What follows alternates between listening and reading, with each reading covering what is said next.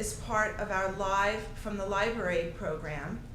Our next event is a Live at the Library Extra, because it will be on a Saturday night after the library has closed on July 16th. And it's an evening of real stories with the theme Life's a Trip. And I have it on very good authority that some local celebrities will be telling stories of their trips, so you might want to check that out. On October 27th, we will welcome a Walnut Creek native, Eric Sanderson, author of Mannahatta, A Natural History of New York City.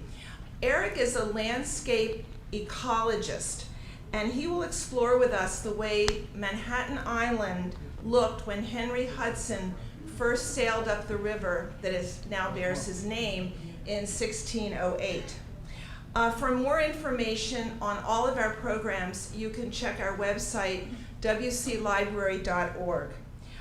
This program, along with the entire Live at the Library series, would not be possible without the support of Broadway Plaza, Minuteman Press, and the Contra Costa Times, and donors like all of you. Those of you that are not donors, I have a wonderful opportunity. Out at the sign-in desk, we have our donor brochure. So I hope you will join us in making the library a very special place and allowing us to continue these wonderful programs. Our moderator tonight is Gordon Freeman. Gordon has served on the Walnut Creek Library Foundation board and has worked on senior issues for several years. He has served on the board of Contra Costa for Every Generation and Senior Helpline Services. Gordon earned his PhD in political science with an emphasis on public policy from UC Berkeley, and he is the Rabbi Emeritus at Congregation B'nai Shalom in Walnut Creek. So without further ado, my friend Gordon Freeman.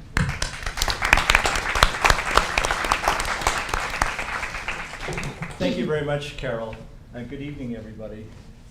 Several months ago, exactly on May 12th, several weeks ago, on May 12th, Contra Costa County, the Times came out with this headline, which says, upside down, Bay Area aging faster than state.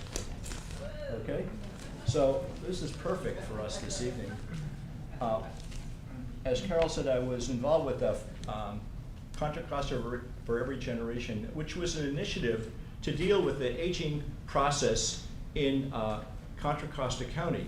It turned out that we were one of the leading areas in the country dealing with the fact that boomers are going to become seniors, and are we prepared? Are there enough adequate services available locally to deal with the issues that people as they age will encounter? There is a chart that I have in front of me, the aging of Contra Costa County 2000 to 2040. In 2040, there will be a growing number of people who are the age 65 to 74, and a growing number of people 85 and over. In fact, the fact of the matter, there will be more people over 60 than there will be people under 60. Are we prepared? And you probably know the answer to that. But it's my pleasure, to introduce our panel, all of whom I've known personally for a while, serving in boards with them. They are the experts in the field, not only in Contra Costa, but throughout the area. First of all, I want to introduce Linda Fodrini Johnson, and she will be speaking about parenting the parent. As parents age, their dependency and real needs pull adult children to what feels like a role reversal. Her presentation will talk about what happens and how we can deal with it. Linda Fodrini Johnson, in 1989, founded Elder Care Services here in the county and also in San Francisco, a firm that provides comprehensive geriatric care management services to aging adults and their families. Linda received her bachelor's degree from Cal State University Hayward and her master's degree in clinical psychology from John Kennedy University. She was also honored several months ago by the Contra Costa Times as a local hero. Linda lectures all over the county about her programs, and she is a pioneer in developing programs for individuals with Alzheimer's. At the Diablo Respite Center, she created a unique first-of-its-kind program, since copied nationally, for those in the early stages of memory loss. Linda recently served on a select committee of experts appointed by Mayor Gavin Newsom for award-winning Alzheimer's care planning in San Francisco. She is currently the president of the National Association of Professional Geriatric Care Managers. In 2008, she was honored with the Adele Alkine Award, the most prestigious award given to a member. Our second speaker, Shirley Krohn, retired in 1997 after a 40-year career with the same corporation. She embraced volunteerism even before retiring, serving as a board chairman of Spectrum Federal Credit Union for over 35 years. Her volunteer efforts cover many areas of interest, including elder abuse, predatory lending, and workforce development issues. She is a past chairman of the Elder Financial Protection Network. Shirley serves as the first vice president of the Contra Costa County Area Agency on Aging and the Advisory Council on Aging, where she chairs the legislative work group. She is a senior assembly member for the California Senior Legislature representing Contra Costa County. She also served to establish the CASE program in the county. CASE stands for Communities Against Senior Exploitation, and produces seminars for our aging population and protection from frauds, scams, and ID theft. Our last speaker, or the last person I'm going to introduce, is Elaine Welch. She has been a registered nurse since 1979. In 1979, she received her MBA from St. Mary's College in Moraga. 25 years of her career were spent with Kaiser Permanente, primarily in the corporate offices, with responsibility for Medicare compliance in all Kaiser regions throughout the United States. She specialized in Medicare benefits, coverage and utilization, and quality of care and services for the elderly and disabled. After retiring in 1998, she became a long-term care ombudsman for Contra Costa County, an adult literacy tutor, and a board member for Project Second Chance, a Medicare consultant, senior advocate, and youth mentor, all on a volunteer basis. It's amazing. But Elaine is amazing, just like Shirley and Linda. After having volunteered for Contra Costa for Every Generation, a nonprofit organization formed in 2004 to help communities in Contra Costa become good places to age, and then serving as a CCEG board member, she was selected to become the organization's first executive director in August 2008. In August 2010, she returned to Senior Helpline Services as executive director and brought CCEG and its board of directors with her. CCEG Contra Costa for Every Generation has been renamed as Agents, A-G-E, ENTS, get it? Agents for Change, and is now a program of Senior Helpline Services. I'm going to ask each of our speakers this morning to give us a brief introduction to what they do and the organizations that they lead. And we're going to begin with Linda Fodrini Johnson. Hey. Good evening. As Gordon said, I am the founder of Elder Care Services, and my organization does geriatric care management. Of course, we do home care and lots of family education. That is unique to what my organization does. But I want to talk to you about my national role and being a leader in the National Association of Geriatric Care Managers, because a lot of people don't know what we are and who we are and what we do. So I just want to make sure that you understand that a geriatric care manager is a health and human service professional, usually with an advanced degree, and should be somebody who belongs to the National Association and is certified as a care manager. Because a care manager, when they sit down with whether it's an elder themselves or the family, or a family in conflict over what to do about mom or dad or grandma and grandpa, is somebody that needs to know about what the legal tools are, what the entitlements are, what the resources in the community are that keep people independent and able to live in the community before they have to go to a community living situation, help them through the maze of applying for things like Medi-Cal or whatever that benefit might be.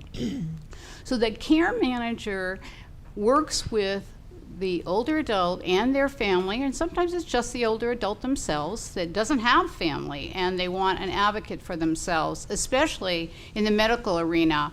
I have an 89-year-old mother who just recently was discharged from the hospital, and I found out at discharge that she was actually on the wrong medications when she was in there. They had her on the medications that she was on in March.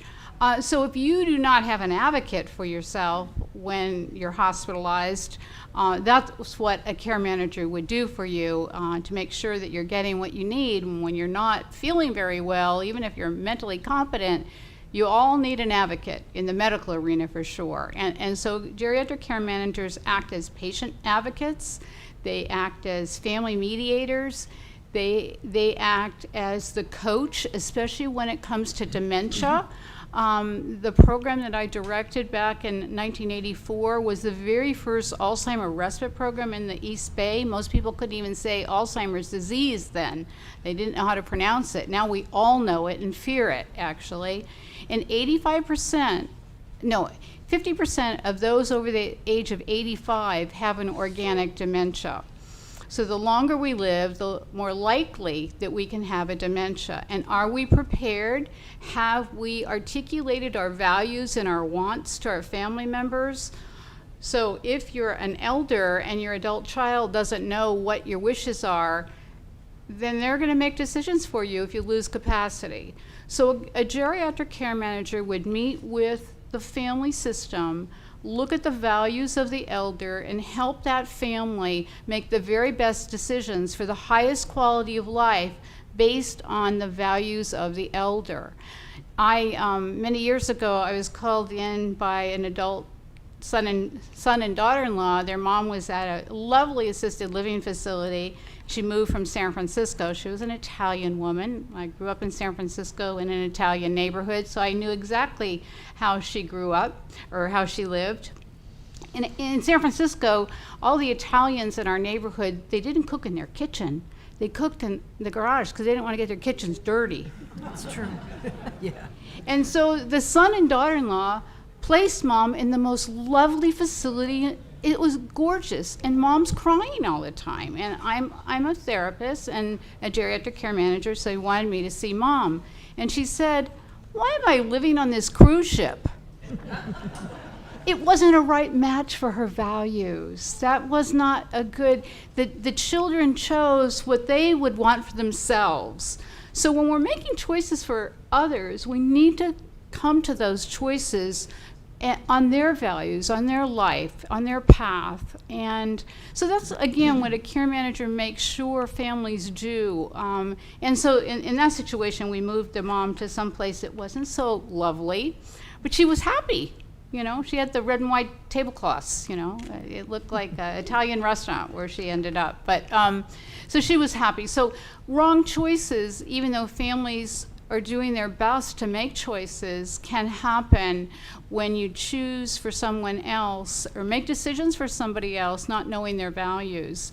And this is especially important with end-of-life issues, something that sometimes we don't like to talk about. But in the ER with my mother, boy, that doctor just asked her some point-blank questions in front of my brother, and she said, "I've had a good life. I'm 89. If I have a heart attack, let me go. Don't break my ribs." That's what happens, you know, when you get resuscitated and you're 89 and frail. So she was really clear about it. It was good for my brother and I to hear that right from her currently, not from when she did her legal documents 5 or 10 years ago. And that's the other thing, is to refresh those documents. I usually suggest to all families, all of you, to look at your legal documents, if you're a couple, the month of your wedding anniversary, and if you're a single person, the month of your birthday. So look at your legal documents. Are they accurate? Has there been changes in where you want to leave money? In my legal document, it says I must be managed by a geriatric care manager and not my daughters. Gordon said, parenting your parent. I'm not going to let them do that. I'm going to have one of me parent me. And I did that just because any of you that have been on this course of taking care of an aging family member, it eats up all your time, day and night. It's hard to have a life. And my daughters both have families, and it would be hard for them to drop everything and take care of mom. Especially me, because I know I'm going to be fiercely independent.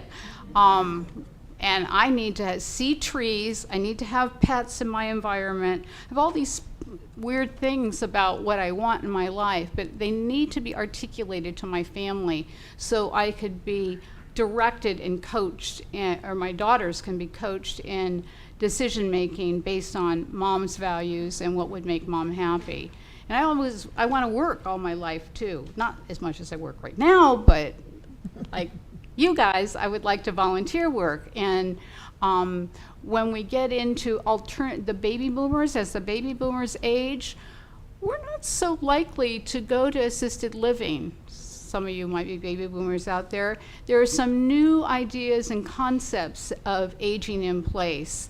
There's co-housing, and there's the village model. We don't have any village models here in Contra Costa yet that I know of. I hope that somebody's generating one. The one in Berkeley and the one in San Francisco. That's true.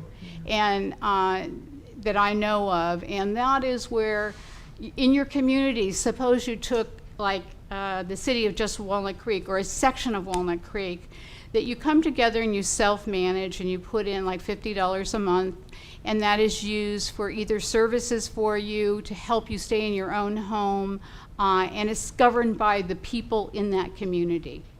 So again, a geriatric care manager, besides looking at your values, leads you to new solutions and new ideas that you might have not have been exposed to. Benefitscheckup.org. If you don't know that website, know it now. You put in your information or your family members' benefits with an S, checkup, all one word, .org. It's a government website. You put and it's secure. You put all your information in, and it will tell you what you're entitled to, whether it's VA benefits or whatever. And a few years ago, before I was really old, I put all my information in, and I qualified for a pass to the national parks. So you just don't know what you're going to qualify for, no matter what your age is. So try it. And so again, that's what a geriatric care manager does with families, and we have public people that do that, nonprofit, and mine is a fee-for-service private business, Elder Care Services. Thank you. Benefitscheckup.org. Thank you very much. Now I know I better check up on all my documents. I didn't think about that before. By the way, I forgot to announce, I think all of you, or a lot of you knew about this already, there is a lot of information on the table over there. Each person is, Linda, Shirley, and Elaine have brought information about the issues that are concerning them, and before you leave, you should take a copy of them. I'd like to now call on Shirley Krohn, who will speak about a really tough issue, really impossible issue. Unfortunately, it's an issue that we have to deal with in these times, and that's elder financial abuse. Thank you, Gordon. As the president of the Contra Costa County Advisory Council on Aging, I have proclaimed in the April meeting that 2011 will be the year that Contra Costa County aggressively fights elder financial abuse. And we have rolled it out. We're looking for volunteers to be trained to provide presentations to groups of seniors throughout the county to let them know how they can protect themselves from fraud, scams, and ID theft. So if anyone in this room is interested in learning more about that, come and see me after the presentation. I'll be happy to give you some more information. But there are many different kinds of elder abuse, and I'm sure if I ask for a raise of hands, you could all tell me what they are. Physical, sexual, psychological neglect, and of course financial. But when it hits the pocketbook, that's where it really hurts, because once the money is gone, it is gone forever. And I like to use the analogy that when you push toothpaste out of a tube and then try to put it back, doesn't work, does it? That's what happens when you're ripped off financially. Very seldom is there restitution. Very seldom is there any payback from these crimes. Who are the perpetrators? I think this is the most heartbreaking part of it, because most of the perpetrators of financial crimes are the adult children and other family members. Why do you think that is? Greed, debt, gambling issues, drugs and alcohol. There's a whole host of reasons why people would like to get the senior separated from their assets. And you know, I think the most disheartening part of that is these are the people that you trust. And the ones, and I'm not saying this is true in all cases, but there happens to be statistics to prove that family members are the greatest perpetrators of these crimes. Caregivers also. And of course, there's all the third-party people, the internet scams and whatnot, and we'll go into that a little bit. But why are elders targeted for these kinds of crimes? Well, 66% of the wealth in the United States is owned by people over the age of 60. Now, you might question that when you see the decline of property values and whatnot, but that's not going to last forever. And those of you that are on the beginning edge of being an elderly person, chances are your assets are going to grow over time. I think another area that's particularly troubling is isolation and people who are lonely. Isolation, what I like to tell seniors or when people I'm training, is be a nosy neighbor. I don't know if any of you saw the article in the Times not too long ago about a woman who was living by herself, and she actually died in her, I don't know, it was an apartment or a condo or something, and it wasn't until a week or so later when she was discovered. And that's horrifying to me, because probably somebody noticed that she wasn't picking up her mail, or the papers were accumulating or whatever, and no one thought to do anything about it. And I think that in and itself is just a crying shame. But I tell people to be a nosy neighbor, because you might be saving somebody's life. And if you can't get in that person's property or check on them yourself, then I tell people to call the police and ask for a welfare check. The police will go out and check on that property and see if anyone is in there and if there's an emergency that needs to be taken care of. So loneliness and isolation are really, really big hazardous areas for seniors. And people that are dependent on others for care. When you're selecting or looking for somebody to take care of a loved one, there's certain criteria that you really should think about. And I would say working with somebody like Linda, it would be a good first step to finding out. Many care providers call themselves care providers, but they don't do adequate background checks, if they do it at all. And I know for a fact that prisoners leaving the penal system in the state of California are counseled by the penal system to look for a job in caregiving because they don't do background checks. That's a fact. That is a fact. Okay, so you need to be extra careful when you're selecting somebody to take care of a loved one. Financial abuse, there's internet fraud. How many of you have ever gotten an email that you've won a lottery or send money to Canada or something? I mean, we all have, right? You would be amazed how many people fall for that. And I know of instances where they're sitting in the district attorney's office holding on to the thought that they have won the lottery, and in fact, they don't ever give up on that. They think every senior I know that goes to the store every Saturday or Wednesday to get a lottery ticket wants to win the lottery. So when they get something in that says you've won it, boy, that's going to make my day. But it's a fraud. It's absolutely a fraud. And I tell people, so where's the ticket you purchased for this lottery? There isn't any. It's a fraud. ID theft is another one that I like to, in fact, it's one of my favorite topics, and because many of us are on Medicare. Not everybody belongs to an HMO that gives you an encrypted card with a unique identifying number on it. Many of us have to use our Medicare card to get medical assistance, right? What's on the front of your Medicare card?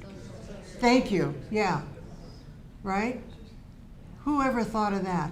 Now, I'll tell you, I have tried to get legislation to get the government to encrypt those cards, but under current conditions in Washington, D.C., it ain't going to happen anytime that I know of anyway. So you're going to continue, for those that are not on Medicare, you're going to continue to see the Social Security number on the card.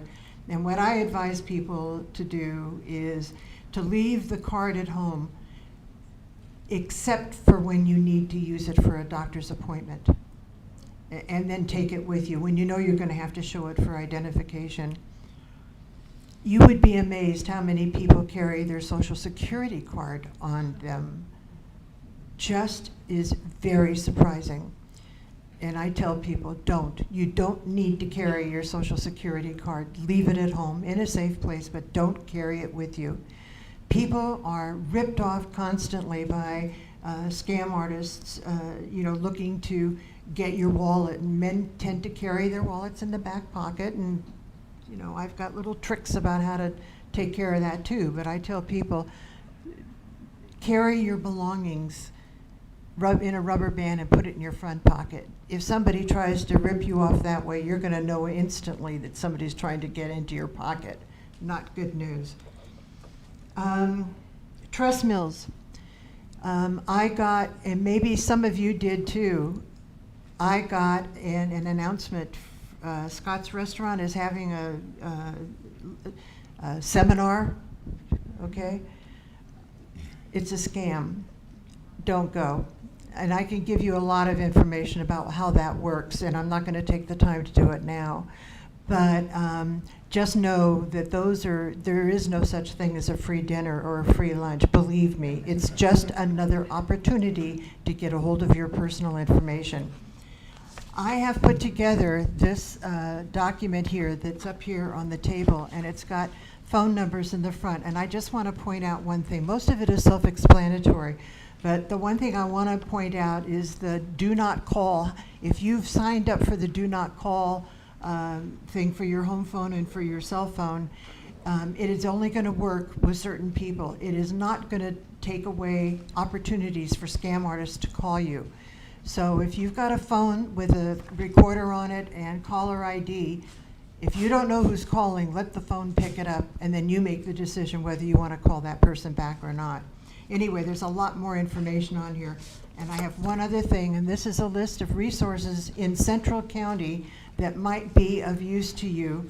A lot of resources and numbers to call. So with that, I will say adieu. Thank you. You should know that Contra Costa County is the second county in the state, Alameda being the first, to have a court and a judge specifically dedicated to senior elder abuse. I know I was one of the people to work on that with Contra Costa Regeneration, and it's really amazing. And Shirley told me before that it's really been very successful to deal with issues of senior financial abuse. I'd like to call now on Elaine Welch, who I think must be one of the county's experts on senior mobility and transportation. over the last number of years, what I've been working with and knowing Elaine, it's amazing how much information that she has and how much networking she's done throughout the county dealing with transportation and for seniors. And in fact, that's what she does professionally as the executive director of Senior Healthline Services. So, Elaine, you're on. Oh, thank you so much, Gordon. I want to start off by asking you a question. If we could do a show of hands, how many people here this evening are looking forward to putting down their car keys for the last time and as a result of that lack of mobility being placed in a long-term care facility? Is anybody looking forward to that? Oh, yeah, my husband's sitting at the back, and I said, I'm going to ask that question. Don't you dare raise your hand, because he likes to do that to me. I ask that question everywhere I go because I spend a lot of time in nursing homes. I spend a lot of time with seniors. Seniors are my thing, and I am in that oldest group of baby boomers that was talked about earlier. I'm going to be 65 this year, and the older I get, the more precious you all that are older than me become to me, and the more I identify with the needs you have. One of the things I have clearly learned in my time of working with Senior Helpline Services, working as a nurse with seniors, an ombudsman, and doing all the work I did with Medicare, is that one of the things we don't plan very well for our retirement is our mobility outside our home.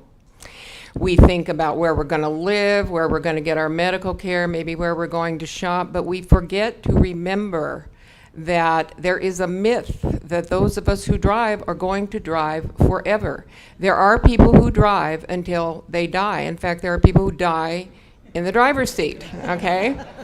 There is one place I go to, I will not mention it, in this town. I love Walnut Creek, I love the whole Bay Area, but there's a place where I once in a while have to stop at a certain market, and just backing out of the stall there or going into one, I will tell you, I would prefer to go in reverse on 880 during any commute hour, because it's I call it the local bumper car driveway is, and I'm not putting down seniors. I have to tell you, and my husband will attest to this, I've lost my night vision is terrible. My driving is not as good. I'm getting honked at once in a while, so I'm not, and it's not because I'm so beautiful anymore. I think it's because perhaps I do things that are annoying to people, like take a little more time and that sort of thing. But what I want you to do is tonight, please begin, if you have not already, those of you driving in this room, and I have a feeling a lot of you are driving, or you have someone else to give you a ride.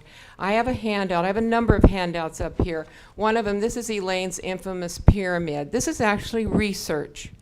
And what I did a number of years ago, if you don't need it in front of you right now, though you may want to take notes on it, maybe Gordon could hand some out to those of you, because I've really only got 10 minutes tonight. I do want to tell you ahead of time, I have a whole presentation I do on this. We are all educators up here, and any of you who would like to hear more about this or have me come talk to your group at your church, your country club, your senior organizations, I know these ladies are, and I am always available to do that and be happy to do the longer version. But tonight I'm going to give you the Reader's Digest version. This is called Senior Transportation Options in Contra Costa County. I was very frustrated about 6 years ago because I was the executive director of the same place I am now, Senior Helpline Services, and we had a program called Reassurance Phone Friends. We still do. It's a beautiful program where someone calls a senior every day or 3 times a week or as often as they'd like to be called to see how they're doing. Something in the society we often forget is we all need a good listening to. And these people call with compassion. They're friends. They never get together. They're angels to their seniors. They're often referred to as angels. But I was noticing a lot of folks in our program were ending up in nursing homes. And I kept saying, what's wrong? In this county, we have so many resources. Why are so many of my seniors, I'm very possessive and mother hen about it, going to nursing homes when we're calling them every day to see how they're doing? We did lots of referrals and references and got them Meals on Wheels and in-home support services and so many things. Why are they ending up in nursing homes? Because these people were not sick. They were simply old. It is a myth that I'm dedicating the rest of my life to busting. One of the many myths is that aging is an illness.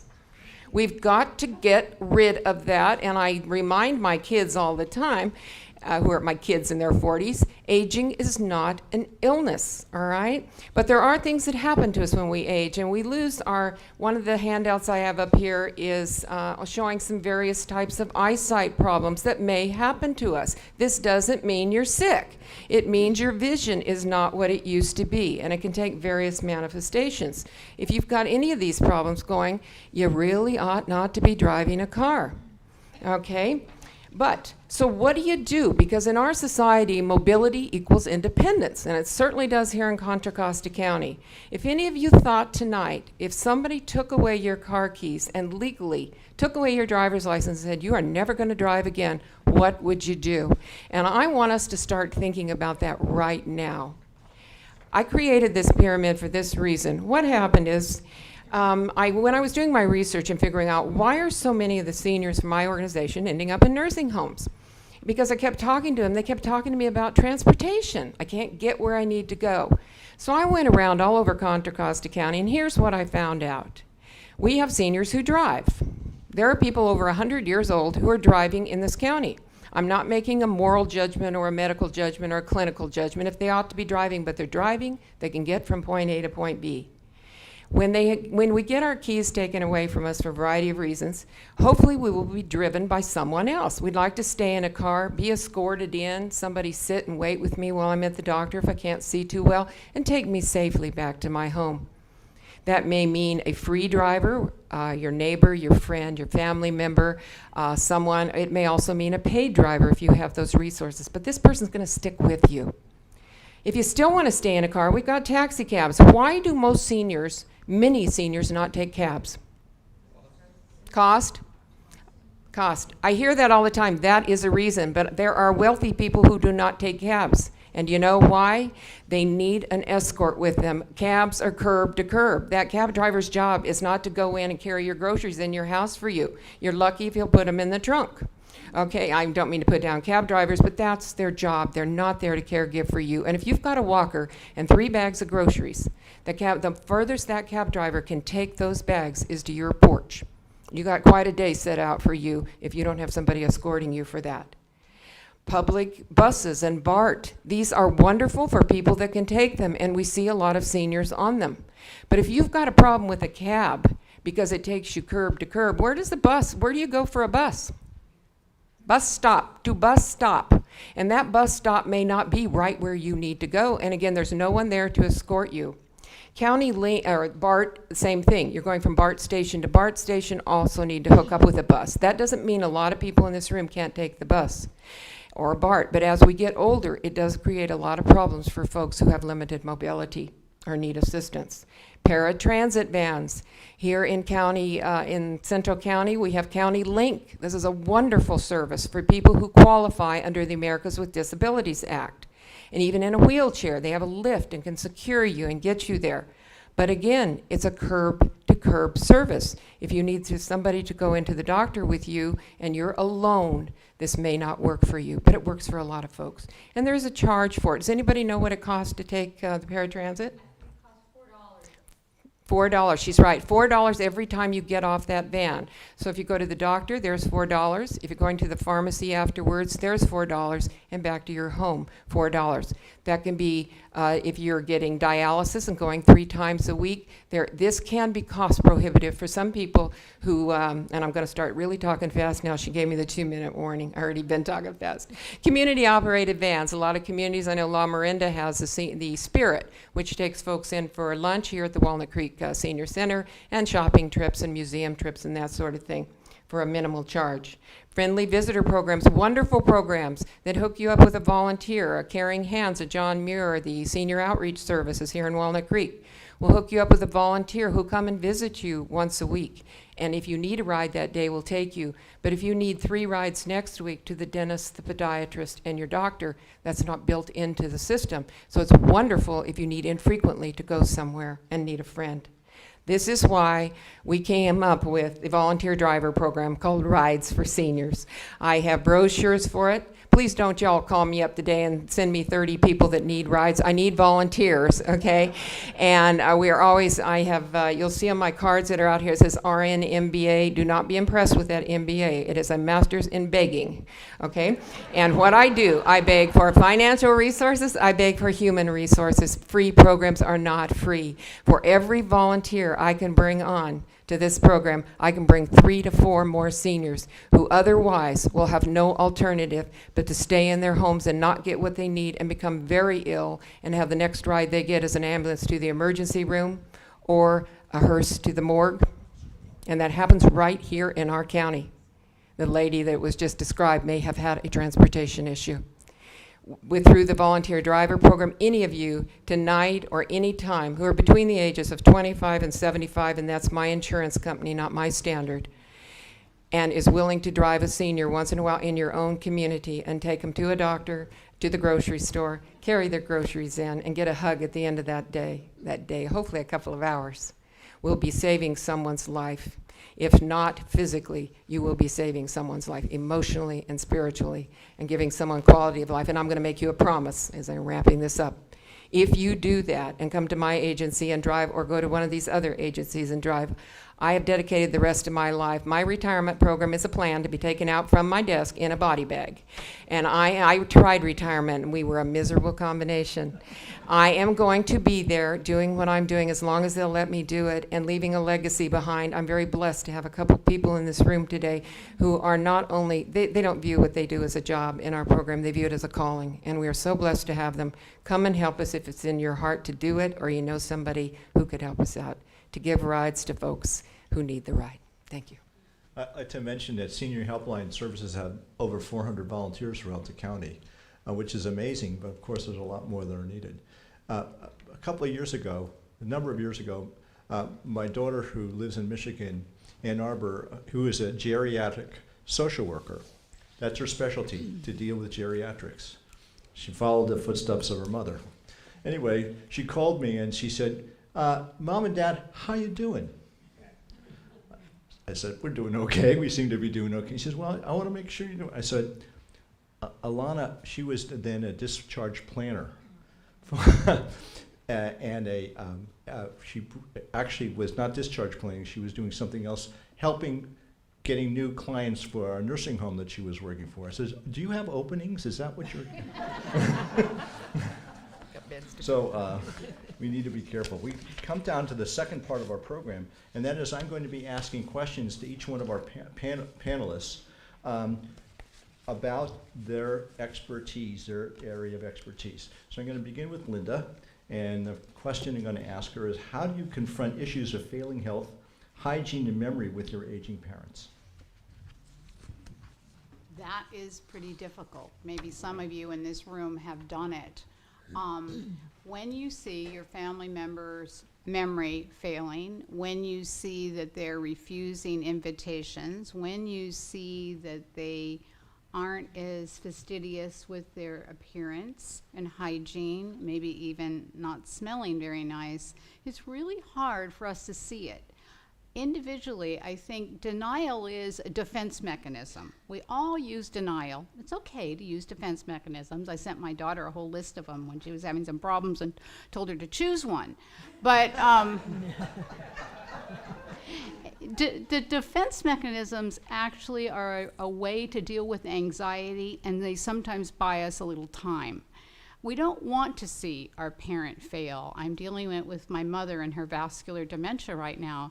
It's really hard. I mean, it's an emotional roller coaster, and I have 30 years experience as a geriatric care manager. So when you see a family member, it could be a parent, it could be your sister, it could be your next door neighbor. When you see somebody that is obviously starting to fail, the most important thing is how you talk to them. If you say you need to blah, blah, blah, move, hire somebody, you're going to get resistance. If you frame that question or that comment in, I'm really concerned, Mom, your blood sugar's off, you're losing weight, and you don't seem very happy. And maybe it's you just don't feel like cooking because it's not fun to cook for one. Anybody cook for one in here? It's not that much fun, is it? And so for Mom, it was, let's try on Meals on Wheels. How about just trying them out? You don't have to keep it forever. This is the other important thing in this intervention, is it doesn't have to be forever. It's always a trial. Whatever you're going to suggest is a trial, but it's a trial that has to have some time in it. Because when I send somebody to a support group, all of us, if we go into a new situation, the first time, we're not gonna go back. People weren't that friendly. The second time you go back, well, somebody remembered you and remembered your story. The third time you go back, you're getting something meaningful from that participation. The same thing with the Meals on Wheels drivers are a touch. They're a visit, they're a face, they're a way to be connected to the world, especially if you can't drive. So you start slowly with whatever that idea is, and you come to that person with, I'm concerned about fill in the blank, instead of using you should. You should is gonna get you resistance, and whatever you suggest is only temporary. If your family member has a dementia, and you have legal powers to make decisions for them, you might have to do what we now call therapeutic fiblets. Doesn't that sound good? As my husband said to me a long time ago when I called it stretching the truth, he said, "You're gonna teach people to lie?" He said, well, they gotta protect their family members somehow and protect their dignity and reduce anxiety for everybody. So you need to learn how to do this. And in my office, we have a free class on dementia the third Friday of every month, where we have an Academy Award nominated film, and we teach families how to communicate so you can keep that person safe for as long as possible. A lot of people can live independently with dementia for longer than you think, with some little safety checks and some community resources and some new technologies. So again, Gordon, the most important thing is you start slow, you come from a place of I'm concerned about whatever that is, and then you come in with some suggestions, and whatever that suggestion is, it's short-term only to try it out.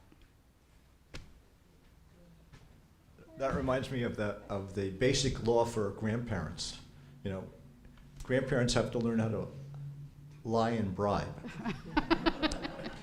You lied to your grandchildren's parents. Everything was wonderful. And then you bribe the children, the grandchildren, to make sure it'll be wonderful. So I guess it works both ways. Linda.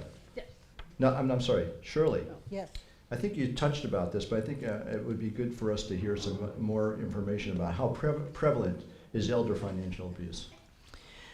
Well, it has been identified as the crime of the 21st century, and it's getting worse all the time, as of course as an aging population continues to age, because it's not going to stop.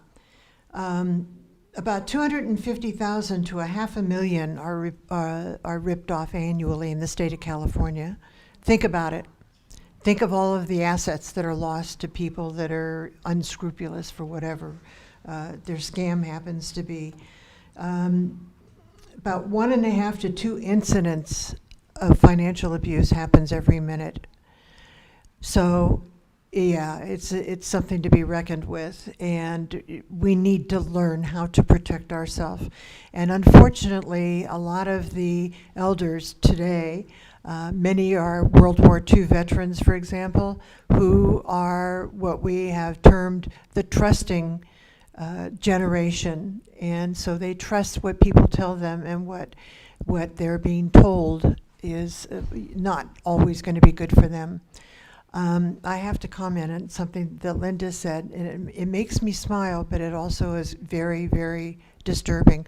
My sister has dementia and Alzheimer's.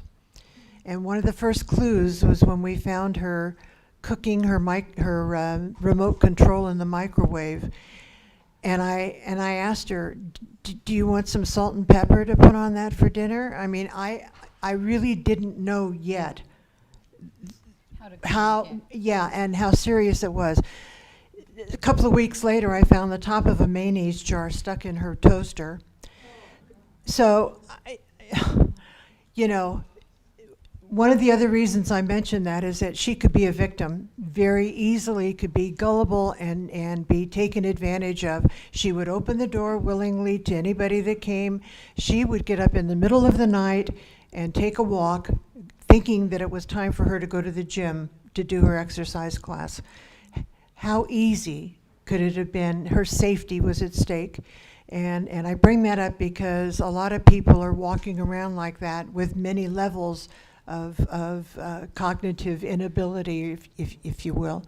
So, yeah, financial abuse is prevalent, and it's something that's going to get worse as we continue to age, because we're not going to stop aging. Sorry. I hate to be the bearer of bad news. That's okay. I don't want to be 20 years old anymore.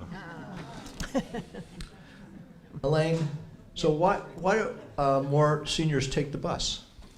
Why don't more seniors take the bus? Well, as I said with my magic pyramid, one of the questions that was presented to me is, as I was doing my research on why can't people get where they need to go, was that very question: why don't more seniors just take the bus? And what I came out of it is, and obvious from this pyramid, is one size does not fit all. And one of the reasons I'd like seniors to use this and family members to use this as a planning guide and is to start thinking about, these are what are available. Where do I fit? And where do I fit at this point in time? Where might I fit in 20 years, et cetera? And so when I was doing my research, I rode the bus. I hadn't ridden the bus since I was in college and couldn't afford a car. And I saw a lot of really neat things. New buses, I saw some ramps on buses, and I did this in my late 50s, and I was trying to add 30 years to my age. What if I was 30 years older and I saw things like bus drivers not waiting as people were coming up slowly to the bus? Just because someone doesn't have a piece of equipment does not mean that they are able to move quickly. Maybe the very fact they don't have equipment, they have to move more slowly, or they have a lung disease. I'm the last one to judge when I see a blue handicap placard. You know how we do that? You know, why has she got one of those? Why has he got one of those? A lot of younger people do that and make a judgment about it. That person could have a lung disease or a heart disease, and it doesn't show on the outside. But to have the bus drivers not be as cognizant as I wish they would have been of the fact that, I mean, watching them drive away before somebody got to a bus stop, and often that was an elderly person. Watching bus drivers take off while an elderly person was trying to negotiate getting to a seat. That scared me to death. And one of the things that really made me angry was every time an elderly person needed a seat, they didn't always get one. And there were younger people and people healthy. I stood up. I rode standing up most of the time I was in there. And I'm not saying the bus system is bad. It is wonderful for those that can use it. We need to use public transit, but there's a lot of reasons. And in some of the areas in our county, remember we're a very large county, there are very much safety issues around taking a bus trip and what can happen to you. So there's a lot of reasons the seniors don't take buses. The main reason is one size does not fit all. There's no one right way for you to go. It's finding your fit. Before we continue with questions that I have for the panelists, Carol is going to hand out some cards, or some of you have the cards. And if you have questions, please write them on the cards and hand them to the people in the aisle so that we can then we'll see how much time we have for those questions. So, Linda. What do you need to ask your parents to be prepared for the what ifs of a longer life? Okay. The reality is we're all going to live a longer life. So whether you're going to ask this of your parent or if you're an older adult and you're going to give this information to your children, I think it's important that you have articulated where things are, what kind of legal tools you have, who is going to make decisions for you if you lose capacity. Really important. Does somebody have the ability to pay your bills for you if you're hospitalized, if you're in an accident, if you have a surgery, or if you develop a dementia? Alzheimer's dementia can be a 30-year journey. It's a long journey. What are the checks and balances to make sure that you're paying your bills correctly. I had a client that paid her property taxes more than once in 1 month, like 3 times, because no one was helping her, and she was compromised and very anxious about paying taxes. So who is sitting down with you? And as an adult child or a family member, you can preserve the dignity of the person with dementia by doing the bill paying with them, sitting with them, reconciling bank accounts, letting them sign the checks, maybe you make them out. Then you're going to be on top of potential abusers as well. One of the things I found after my mother had her stroke and I went into the home is my mother had 2 stop payments. One to her you know what do they charge you for a stop payment? Like $25 or $35? One stop payment she made was for $7.50 to her doctor, and the other one was $10 to her church. I thought she didn't like the sermon or something. There you go, Gordon. And I had a paid bookkeeper helping her do things, but she wasn't looking at it like I would look at. Those things were good red flags that Mom was having these strokes prior to having a more major stroke that brought her over to this side of the bay. So again, knowing those legal tools, who has the authority to act in your behalf, or can you act on your mom and dad's behalf if you need to? So that's finances. Do you know their wishes? Do you know what they want, or have you articulated your wishes to your adult children? Housing. You know, a lot of people, you know, assisted living isn't that bad of an option. It can be expensive, anywhere from $4,000 to $5,000 a month, just an assisted living now in a 1-bedroom apartment. But it's not such a bad choice for some people. But not everyone's been exposed. So tour some places. And one adult daughter I was working with, her mom was real resistant. She was in her late 80s to moving anywhere, mentally very competent.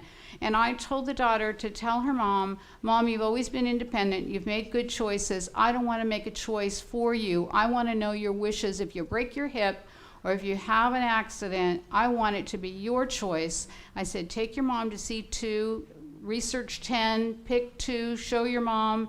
Mom went on the tour with her, said to have nothing to do with it, and the daughter called me about 6 months later and said, Linda, you wouldn't believe it, but my mother just called and said she'd really like to move to one of those places she looked at 6 months ago. So it was her choice. So planning for we'll all have what ifs. Everybody in this room will have a what if, a longer life. We'll fall in a pothole somewhere along this journey. Who is going to be your advocate, and does that person have the abilities to act on your behalf and know your values? A number of months ago, I was paying my bills on the internet, and I got a bill back from American Express that I hadn't paid the bill the month before, and I looked at it and I knew I paid the bill, and I looked at my internet and I saw that I had paid Allied Waste, which was just before American Express, my American Express bill. Now I know why your daughter called you. When I called Allied Waste, I said, my name is Gordon Freeman. They said, we know your problem.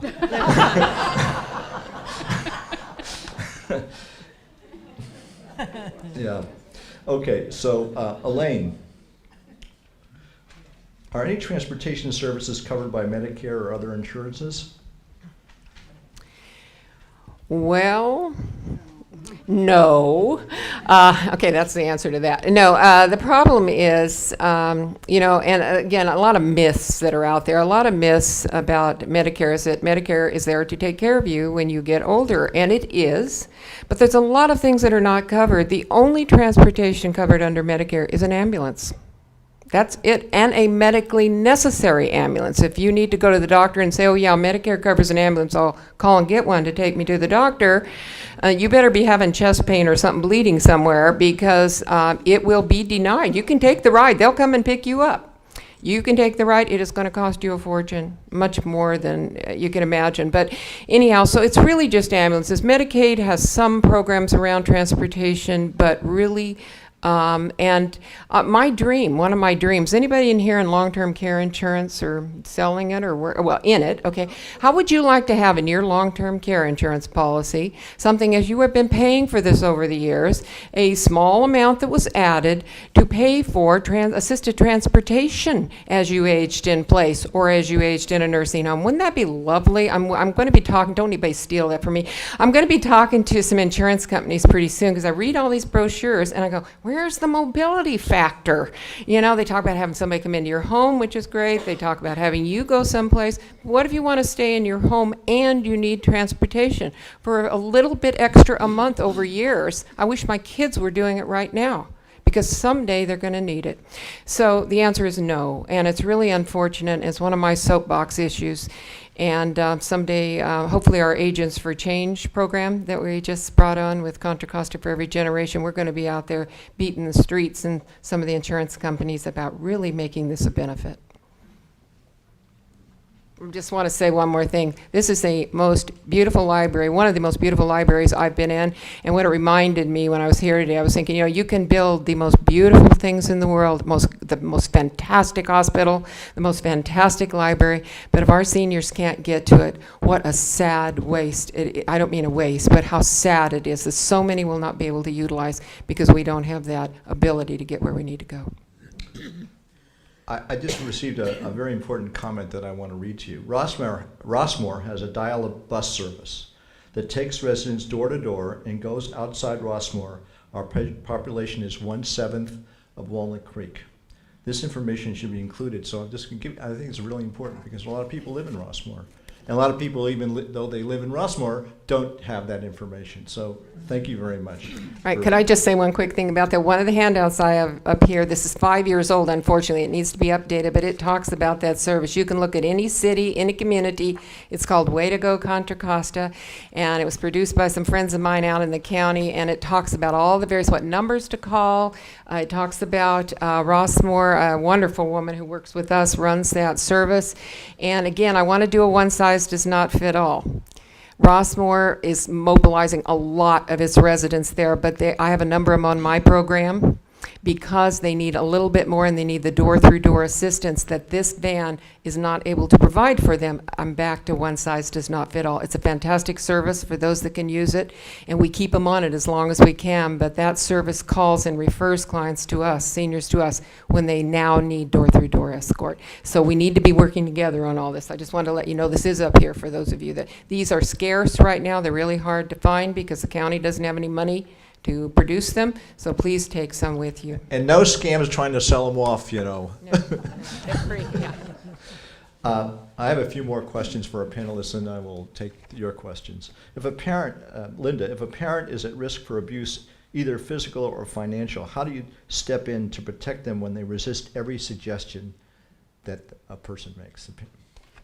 Actually, if they resist everything and if you use the techniques that I've talked about earlier, you really need to call in an objective outsider, because one of the things that does happen with lots of older adults and their adult children is they listen to the expert, one of us, but they won't listen to you. It's called filial maturity, whether we see our children and our parent as equal adults or we're still in that child-parent relationship.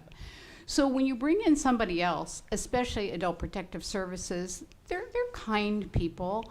They're going to confront the issue. The adult daughter or son could still be in that room, and they're going to say, this is what you need to do, Mr. and Mrs. Jones, to protect yourself, and go from there.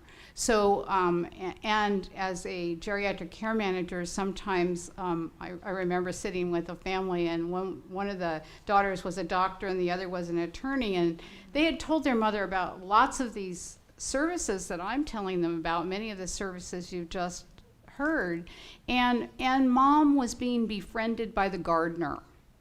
You know, they saw that what mom was paying the gardener was going up as her memory got more fuzzy, and they were concerned about that. And mom took my suggestions to have, she had a bank trust, and they would do bill paying, to let them do the bill paying so that Marty the gardener was going to get $50 a week or whatever that fee was, and not $500 one week because he did some extra gardening. That happens a lot. Home repair is a big scam area. So again, bringing in the third party, not you, sometimes is the way to confront those financial issues. And over on my packet of handouts, my monthly newsletter, I didn't know exactly what we were going to talk about, but it's keeping our elders safe from scams, and you should pick that up before you leave. I'm going to ask Shirley if you have something to add to that? How people can protect themselves? Well, we've touched on quite a few suggestions, but I wanted to go back to what I had talked about earlier, and that is the no free lunch, no free dinner situation. Let me tell you how that works, because it's very clever.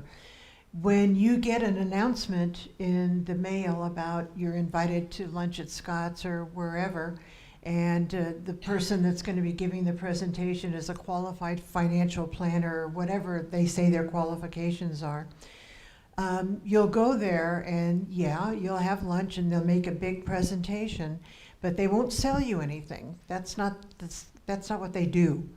But what they will do is say, listen, if you want further information or if you want to work with this or see what we can do for you, give me your phone number and, we'll make an appointment and I'll come to the house and whatnot. Well, okay, so you walk away and you've given your phone number to this person, and within a very short period of time, that person will call you and make arrangements to come to your house. And the product they're going to try to sell you is a deferred annuity. And if you are, say, in your late 70s or early 80s or whatever, a deferred annuity could be something that doesn't mature for 10 or 15 years. So you're going to wrap up your money for that period of time and never see the benefit of it, okay?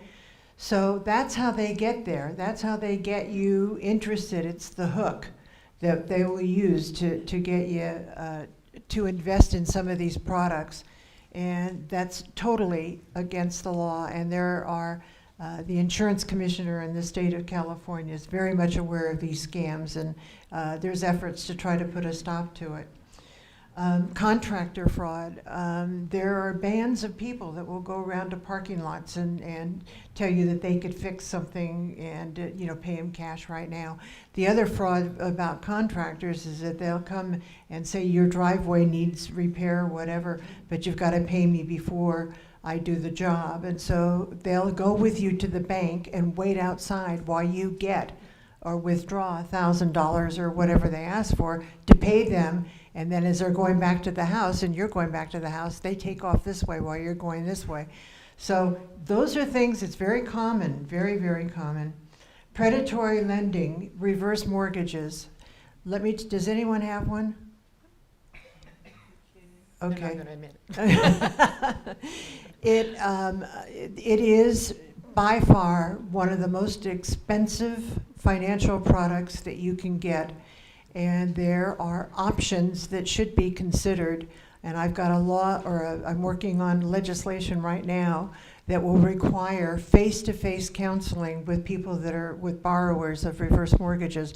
Right now, as it turns out, 90% of the counseling happens over the phone. So you have no way of knowing, is the person I'm talking to getting what I'm telling them? Is it registering with them? And so you need to get that face-to-face contact, because people need to know the consequences of a reverse mortgage down to the penny. It's a very expensive product. Telemarketing, the do not call, I already mentioned, that doesn't work. Incoming, the foreign lotteries, we've talked about all of that, so I won't go into that now. Actually, Shirley, I got a free lunch once, and it was legitimate. Now, here was the conditions. My father was having open heart surgery in St. Mary's Hospital in San Francisco. Okay, so my mother and I were waiting and the surgery was successful. Was glad to announce. But anyway, we're waiting, so we go down to the cafeteria to get lunch. So I say, and my mother's in front of me, and I'm in back of her, and I say to the cashier, I'll get the bill for both of us. It comes to me, and I get the check, and it has a star on it. And the cashier said, "Oh, your check has a star in it. If you get a star on your check, that means there's no charge for your lunch." So if you're a rabbi going to a Catholic hospital with a star in it on your check, you might get a free lunch. Elaine, how old is it too old to drive? I'm sorry, what was the question? How old is it? Too old. How Oh, old how is too old old? is too old to drive? I'm getting there real quick because I'm starting to have problems at night. I can't drive at night. It is not really an age factor. The statistics, the insurance company, the reason my drivers have to be between 25 and 75 are the statistics say that there are more injury accidents when we're over 75 and more injury accidents under age 25. So it's a statistic, it's true, but I have driven with people in their 80s that I have felt very comfortable and safe with, who had excellent vision, excellent reflexes, etc. So it's again back to this myth thing that everything is age related. And I keep saying to the seniors I talk to, let's quit talking about trying to be young. We want to be the age we are and be the best we can be at this age. I love aging, I really do, and my kids think I'm crazy. In fact, I'm doing something, I'm letting my gray hair grow out because I haven't seen what color my hair is for about 25 years. And my little grandson, I'm going to get back to this, my little grandson who's 6'2", last weekend I went to his basketball game and he's never seen me with gray hair. And so he put his arm around me, I'm now under his armpit, and he looks down at me, he says, "Grandma, your hair's finally turning gray." And I said, "Honey, it's been gray since Grandma was in her 30s. But what it reminded me is that, and he will associate, now I'm older because I'm getting gray and this thing, and I've been sneaking this, or I've been gray the whole time he's known me. So it's just kind of interesting to me how we use the term age in terms of what it really means to us. There are race car drivers that are out there. I have a friend who's in his 70s who drives race cars. I think he's crazy because I think anybody who drives a race car is crazy. It's not because he's 70-some years old, okay? Because I think that the danger is just too high. But it's the whole thing around, can you drive safely? I'm very happy to tell you, and I'm looking down here at my friend, will remember the date. This fall, in October, we are having the Senior Mobility Action Council is having, putting on a workshop. And it'll be at the Concord, but it's for everybody. It'll be at the Concord Senior Center, and I'll get the date for you. Maybe we can get it up on the library website. It's for all seniors and folks interested about seniors and their mobility. It's going to be an older driver workshop where we're going to show older drivers how to be safer and continue to drive, and also how to get from that bridge of making that decision when it's time to stop driving. And I love when you said, make it your idea. When I stop driving, it's going to be my idea, and I hope I will stay sharp enough to realize when it's time, or somebody will have the wisdom to take it away from me. But it's not really about age. It's about how well you are. We have a lot of wonderful questions here. Okay. So I'm going to read them. I think I'm going to read them all. No, don't read them all. We only have 15 minutes. Short answers. Okay. So we only have 15 minutes, so I'm going to try to get if you still have a question that wasn't answered, you can ask the panelists or call them because you have their information later. Can you suggest websites, books that address all the legal paperwork required to be properly prepared, sample documents, and so on? This month's Money Magazine has a great article. It's about 10 pages, and it has some of those documents. AARP has a wonderful book on caring for your aging family member, and it's fairly recent, probably in the last year to 2 years they came out with it. And that would be a good checklist for legal documents. There will be a seminar at JFK on June 18th. It's a Saturday, a half a morning, with an elder law attorney talking about the legal documents. So look for lectures in the community that cover that. I just finished a 5-week series where I had an attorney talk about those documents. So it's out there. Okay. I've heard about organic and vascular dementia. Are there others? Yes, there's probably 50 different dementias. Some are reversible. If you have an acute infection, you're going to have dementia-like symptoms. The top 4 dementias are Alzheimer's disease, Lewy body disease, little Parkinsonian, very important on how you give medications and what medications you give. It's a really challenge for families. Lewy body, vascular dementia related to strokes. Those are the top 3, but there's lots of other dementias as well. Great diagnostic clinic, part of UC Davis, and that's at the VA in Martinez, and it was free, but the state of California. Okay. No free leave. Now, I think one of the questions that you asked, but has been answered, is when senior becomes inadequate driver, how can they be convinced to give up driving when they stubbornly refuse? There's a wonderful book out, another booklet. It's called We Need to Talk. And the basic premise of it, and it's a free booklet, and I'd be happy to make it available to any of you. The main thing, and I know when it was time with my mother, who continued to drive when she could not see and was driving by squinting, and I saw her do this, and we sat down and had a talk. And one of the things I loved Linda did, talk about how it affects you. Don't say, you need to stop driving. I saw you driving, squinting, you can't even see. Don't put them on the defense. The best thing you can do is help that senior make that decision themselves. And if you talk to them about what the problems are that you have observed and how it affects you, how afraid you are, we've just really got to be very honest in why we're talking to them. We're not telling them to stop driving because we don't want them to have. And another thing, talk to them about the alternatives. I can't tell you how many people have come to our program who said, I would have come here years ago if I had known I didn't have to give up my independence. And it's how you present it. Is worthwhile to get long-term insurance?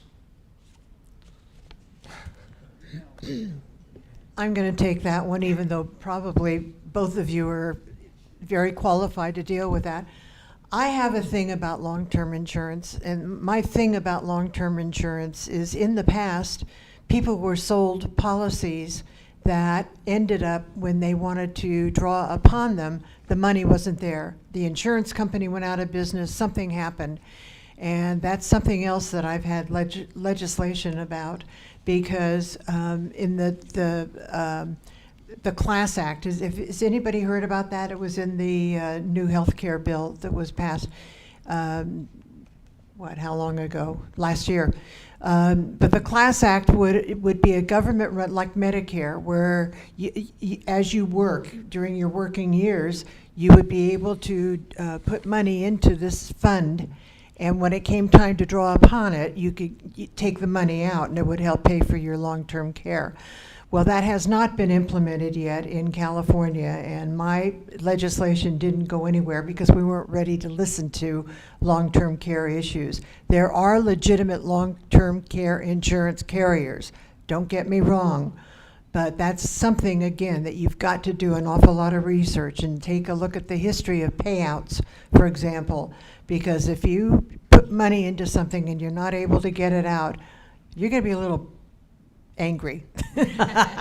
Does anyone know if the recent drop in home prices affected seniors, or how it affected seniors? Ooh, one of the things is seniors aren't moving to assisted living or retirement communities. They're waiting for the prices to come back. So that's another issue. And even getting a reverse annuity mortgage, if you were going to get that, even though there is a big upfront financial charge for that, it sometimes does allow people to stay in their own home. Now the value of the home is depressed. They can't get as much as they could have 3 years ago or 4 years ago. So it has affected. Oh, you bet. Yeah. How do you help or protect someone against predatory family members? Is there any way to protect them? You don't have children. How's that? Short answer. I agree. Okay, now I have to say something a little more serious. One of the things that we have done because of our Reassurance Phone Friend program, which I didn't talk about tonight, where these relationships are developed and real free on the phone to talk about everything from anything and feel real free and comfortable, abuse does come up. And sometimes when they're talking to one of our volunteers are instructed, because they are mandatory reporters, to come back to me or one of our program coordinators and let us know.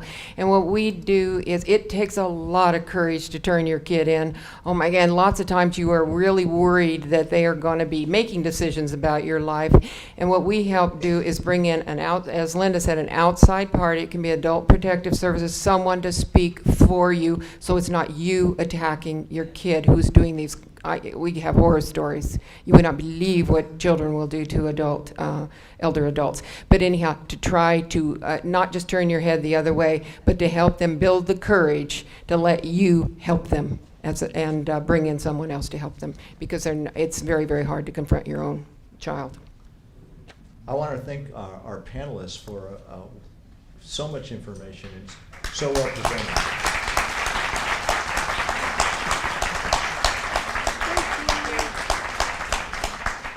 I asked our panelists some time ago to recommend books that would be very important for us to have to understand issues of seniors and so on and aging. And I was very proud to announce that almost all the books, except for one, were already in the library.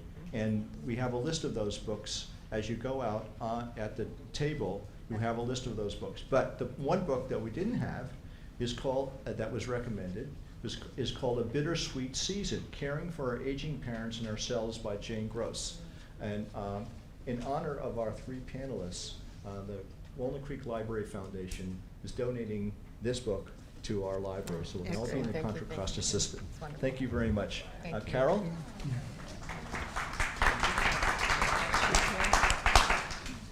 Thank you. Thank you to the panelists. Thank you all for coming. And if you're like me, your memory is fading a little bit. So there was so much information given tonight. If you would like, this program will be broadcast on Walnut Creek Television, so you can review. So very quickly, June the 7th at 5 o'clock, June the 11th at 6:30 a.m., 6:30 a.m. That's what it says. June 14th, if you can remember how to work your recorder, you can record it.